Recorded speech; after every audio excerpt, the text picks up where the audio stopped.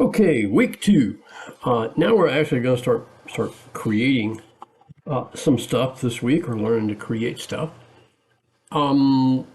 Start out here with a new Revit file from the architectural template, and you'll see in the browser it comes with 3 floor plans already: level 1, level 2, and a site plan.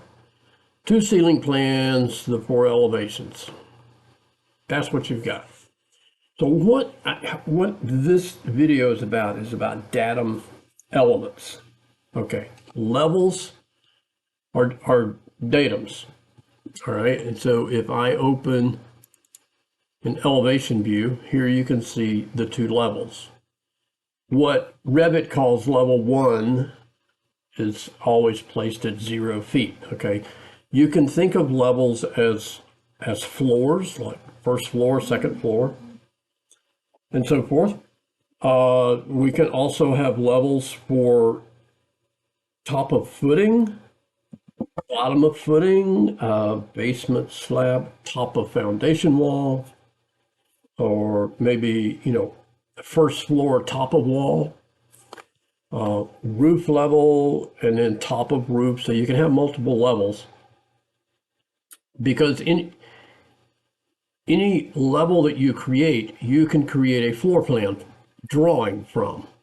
Okay, now there are times when we'll use a reference plane as opposed to a level, because with a reference plane we won't create a drawing from it, but we need some horizontal plane that we can tie elements to. Okay, so to create a new level, you have to be in an elevation view.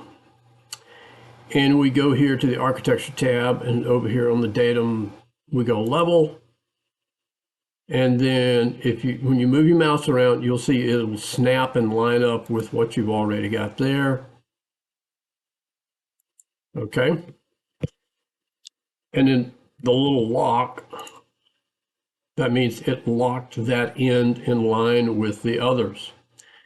And you notice the original ones, the marker and the text is to the right. The one that I just drew is to the left, because I drew it from right to left. So if I put another one in,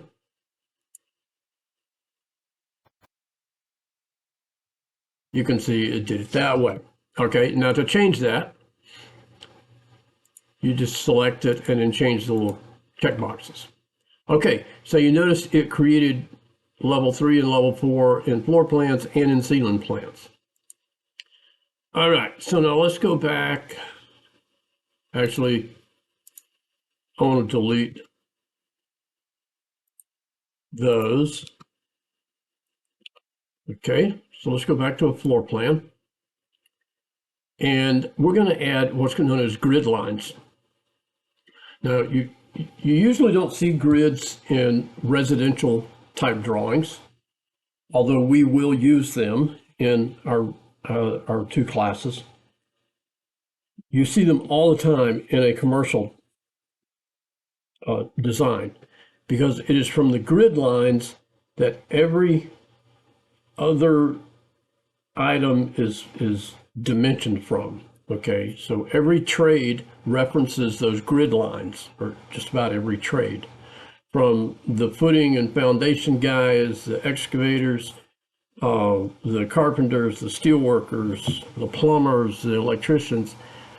Just about everybody references grid lines, and it's an easy way to keep a project organized. Well, to create a grid line, you have to be in a level, and then you can do an offset, but usually you draw them in. And wow, I am really zoomed out far here. It's rare that they are at an angle unless your building is skewed at an angle. Usually they are horizontal and vertical. Okay, so go ahead and place some grids. And I'm not going to address naming and numbering them, but In 1129 class, we covered that, but you just double click inside the head for it there. Okay, so I've created some grids. Let's come back here to our elevation, and we can see the grids show up in the elevation. Okay, and I'm going to put in a section view, and to do that real quickly, up here in the quick access toolbar, we can put in a section view. Okay, and then if I right click on that view, it gives me a chance to go to view. And here's my section view. You can see it shows me level 1. I can see a little bit above that, a little bit below it. This is what's known as the crop boundary. Okay, it means what's visible within that view. And down here across the bottom, we've got do not crop view, and then we got hide crop region. So hide crop region will hide that box.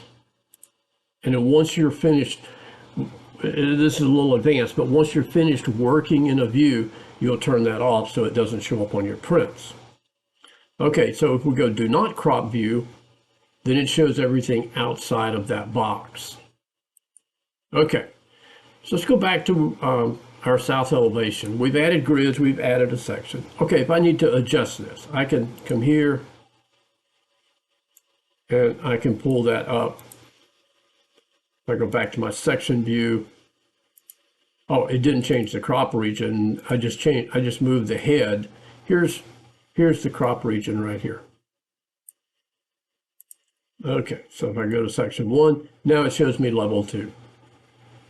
Okay, so let's go back to here. And let's place a couple more levels in here.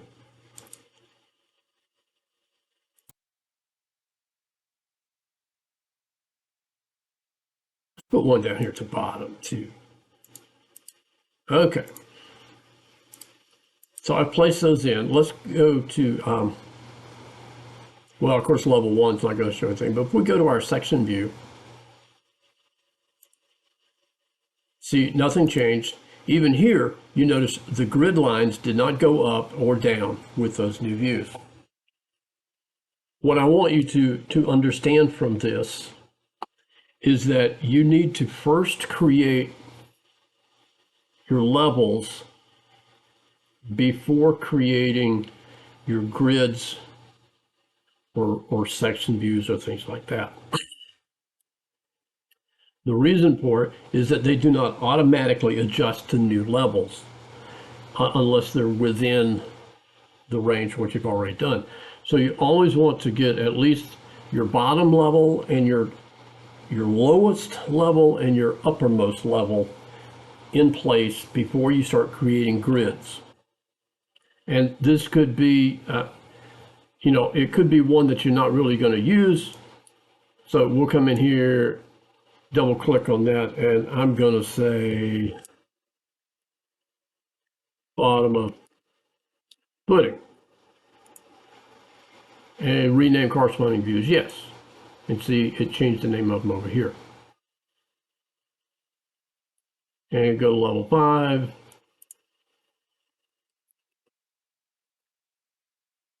Top of roof.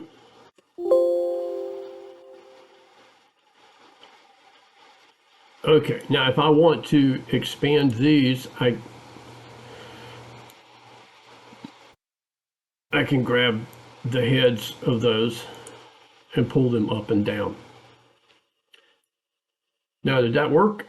Let's go to the south. Let's go to the north elevation. Yes, it did. But if we go to our west elevation, which you can't see, the 1 and 2, because they're parallel to that, you can see that they did not work. I have to adjust grids 3 and 4. Let's look at a 3D view. Okay, so here's my 3D view, and it shows grids 1 and 2 because they go down low enough and high enough that because of all these different levels.